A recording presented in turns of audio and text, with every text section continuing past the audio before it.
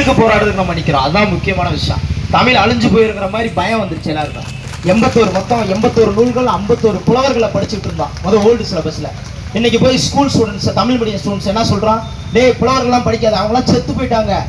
இனிமேல் இலக்கணம்னா என்ன, பிரித்தெழுது சேர்த்தெழுதுன்னு படிச்சா வருமா? அதுவும் வராது. அப்புறம் என்ன வரும்? எது வரும்னே தெரியாது. இங்கிலீஷ்ல கலைச்சொற்கள் வரும், அது வரும். 2 லட்சம் கலைச்சொற்களை படிக்கணுமா? ஐஏஎஸ் தேர்வுக்கு கலைச்சொற்கள் இருக்கா? அங்க கிடையாது.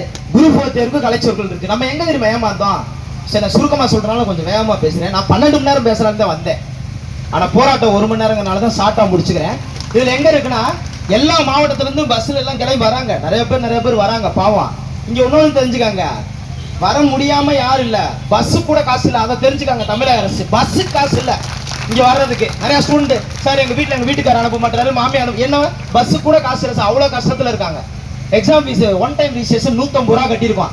எத்தனை கோடின்னு கணக்கிடுங்க.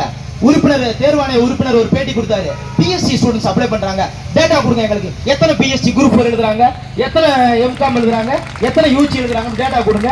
ஒண்ணு இல்ல, குரூப் 4 அப்ளை பண்ணும்போது இல்ல தம்பி நான் புகுந்து போயிரு உள்ள, மனசு ரொம்ப கஷ்டமா இருக்கு. இது அடுத்த தலைமுறைக்கும் சேர்த்துதான். இது என்னன்னா ஆதங்கன்னா அரசாங்கத்தை எதிர்த்தா கிடையாது. அரசாங்கம் இங்க பாருங்க, நீங்க கவர்மெண்ட் நடத்துங்க, ஏழைகளுக்கு உதவி பண்ணுங்க, நீங்க பக்கம் போங்க. எங்களுக்கு காலி பண்ணி எடுத்து கூட நாங்க கேட்கல. கொஸ்டின் பேப்பர்ல பாஸ் ஆகலாட்டி கூட பரவாயில்ல, கொஸ்டின் 150 போட்டுருக்கா விடுறா அப்படி ஸ்டேட்டஸ் வச்சு நாங்க வாழ்ந்துட்டு இருந்தோம். இப்ப என்னன்னா பைத்தியம் முடிச்ச மாதிரி என் பக்கத்துல எக்ஸாம் இல்ல, அந்த பொண்ணுக்கு ஆல் தி பெஸ்ட்னு சொன்னேன். எக்ஸாம் ஆரம்பிக்கும் போகும்போது என் முகர கட்டையிலேயே முடிக்கிறேன். போயிடுச்சு, அழுதுட்டே போயிடுச்சு. எவ்வளவு வருத்தம். ஒரு கன்சீவான பொண்ணு 9 மாசத்துல கன்சீவான பொண்ணு எக்ஸாம் அனுப்புவாங்களா? நடக்க முடியாம வந்து வயிறு முட்டுச்சுங்க.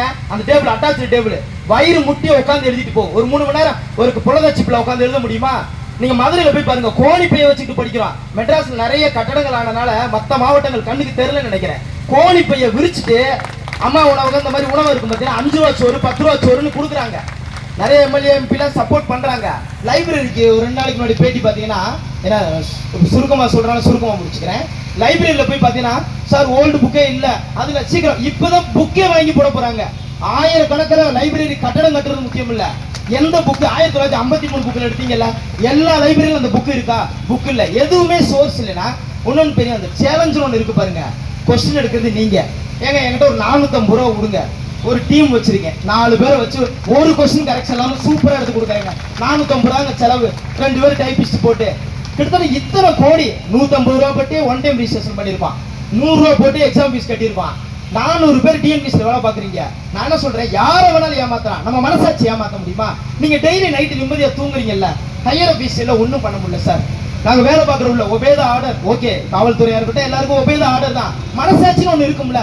நம்ம ஒருவேளை சாப்பிடும் போது ஐயோ அவங்கனாலதான் நம்ம நல்லா இருக்கோம், அவங்களுக்கு ஏன் ஒண்ணு இல்லை. இப்ப என்ன கேட்கிறோம், நல்ல கொஸ்டின் பேப்பர் கொடுங்க தான் கேட்டோம். யாரு இங்க 10,000 கால் பண்ண கூட ரொம்ப பெருசா குரல் கொடுக்கல. இந்த குரூப் 2க்கு யாராவது படிக்கிறோமா? யாருமே படிக்கல. திடீர்னு டிஆர்பி வந்துருது, டெட் அறிவிப்புல டெட் வந்துருது, அது வந்துருது, போலீஸ் வந்துருது, அமெரிக்கா வந்து, லண்டன் வந்து, எல்லாத்தையும் படிச்சுக்கிட்டு குப்பை மாதிரி அதை தூக்கி இதை தூக்கி இதை தூக்கி. ஒரு கிராமப்புறத்துல ஒரு பையன் புக்கு வாங்கினா 15,000 ரூபாய் வேணும். ஸ்கூல் புக்கு, மேக்ஸ் இருக்குங்கிறீங்க, அதுங்கிறீங்க, ரீசனிங் ஆர்எஸ் அகர்வால் கறிக்குழம்பு புக்கு, அரிகண்டு புக்கு, லூசண்டு புக்கு. அப்புறம் இதுக்கு தமிழ்நாடு அரசு நம்மதுக்கு இந்த புத்தகத்தை வச்சுக்கிட்டு நீங்க டைரக்டா சொல்லுங்க. ஒண்ணு இல்லைங்க, யூடியூபர்ஸ் அகாடமி எல்லாம் சேர்த்து சொல்றான். இந்த புக்குன்னு சொல்லி பாருங்க, 200 புக்கு சொல்லுங்க, 3 மாசத்துல படிச்சு காமிக்கிறான். தமிழர் அவ்வளவு பெரிய முட்டாப்பையன் கிடையாது, 200 புக்கு படிக்கிறான். ஆனா எஸ்எஸ்எல்சி ஸ்டாண்டர்ட் ஒண்ணு போட்டு அதுல இருக்குன்னே கொடுமை. மருவ சொற்கள், கோயம்புத்தூர், கோவைன்னு ஒண்ணு கொடுத்து எங்களை ஒரு கொலாப்ஸ் பண்ணி விட்டீங்க பாத்தீங்களா? நான் என்ன சொல்றேன், காமனா இங்கிலீஷ்ல பாத்தீங்கன்னா சிலபஸ் கொடுத்துருக்கும் போது மைல்டா பாருங்க, கீழே எக்ஸாம்பிள்ஸ் கொடுத்துருக்க மாட்டாங்க. ஏன்னா இங்கிலீஷை பேஸ் பண்ணி தான் தமிழ் அந்த இதை வச்சாங்க. நான் என்ன சொல்றேன், இங்கிலீஷ் மீடியமும் நம்ம தமிழர் தான், தமிழ் மீடியம் நம்ம தமிழர் தான்.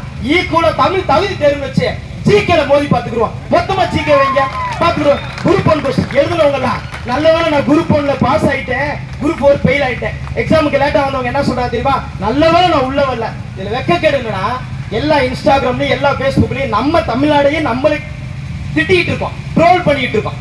ட்ரோல் பண்ணி நம்மளே ஒரு மாதிரி பண்ணிட்டு இருக்கோம். அது நமக்கு தான் அசிங்கம், அசிங்கம். இது கண்டிப்பா தமிழக அரசுக்கோ தேர்வாணையத்துக்கு தெரியாம இல்ல, ஏன்னா ஏதோ ஒரு தவறு நடந்துருச்சு. அதை ஒண்ணும் இல்ல நம்ம சொல்லுவாங்க, நம்மள ஹையர் ஆபீஸ்ல இருந்தோம்னா நாளைக்கு நீங்க மனசுல வச்சுக்காங்க, நம்ம தப்பு பண்ணிட்டோம், நம்ம பதவியை தூக்கி போட்டு நான் தப்பு பண்ணிட்டேன் அப்படின்னு சொல்லி பாருங்க, உங்களுக்கான மதிப்பே வேற.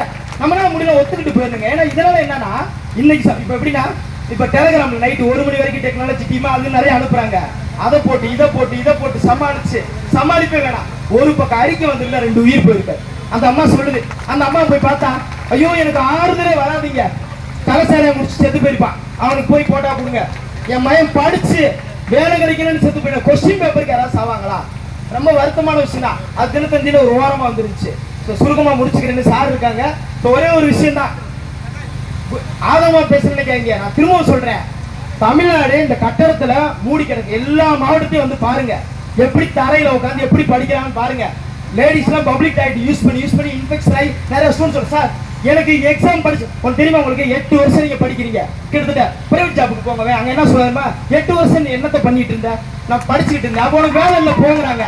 அப்ப எப்படி இங்கிட்டும் பிரைவேட்ல வேலை இல்லை, இங்கிட்டும் கவர்மெண்ட் வேலை இல்லை. ஹிந்திக்காரர் சொல்றாரு, அரே பையா வா பானிபூரி விற்கலாம், டெய்லி 500 ரூபா உனக்கு கிடைக்கும். அப்ப இதுதான் நமக்கு. அப்ப பேசாம அங்கிட்டு போயிடலாமா அப்படிங்கிறதா ரொம்ப ரொம்ப வருத்தமா இருக்கு. இப்பயும் சொல்றேன், முதலமைச்சர் சார் சொல்றேன், எங்க வீடு வச்சு சொல்றேன், எங்க வீட்டுல நாங்களும் உங்களுக்கு ஓட்டு போட்டிருக்கோம் சார், நாங்க திரும்பவும் ஓட்டு போடுறோம் சார், ஒண்ணு நல்லது செஞ்சு விடுங்க சார், ஒண்ணு இல்ல சார், ரீ எக்ஸாம் வச்சு விடுங்க சார், கொஸ்டின் பேப்பருக்கு 100 ரூபாய் எக்ஸாம் ஃபீஸ் நாங்க கட்டுறோம் சார், பிச்சை எடுத்து கூட எல்லாருக்கும் ஒருத்தர் கட்டணும், நாங்க கூட வசூல் பண்ணி கூட கட்டுறோம் சார், ரீ எக்ஸாம் வைங்க சார், நேர்மையான முறையில் நீங்க நடத்துங்க, நாங்க நேர்மையான முறையில் எழுதுறோம்.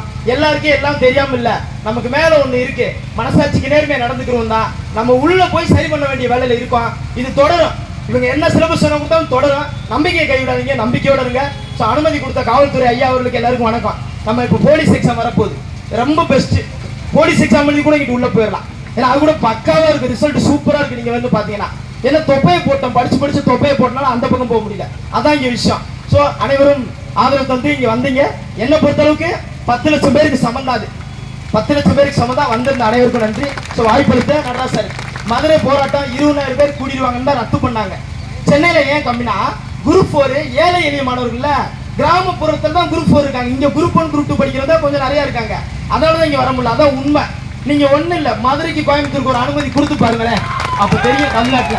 அப்படியும் அனுமதி ரத்து பண்ணிட்டீங்க, அப்ப கூட நீங்க விஜிலன்ஸ்ல கொடுத்து, சார் இவ்வளவு பேர் கூடுறாங்க, இது என்னன்னு பார்த்து ஒரு அறிக்கைங்க, ஏங்க ஒரு பக்கம் A4 சீட்ல தமிழக அரசு இப்படி ஒன்றில் ரீ எக்ஸாம் போப்பா அப்படின்னு சொல்லிவிட்டு கரெக்டான பாடத்தை வச்சு பாருங்க.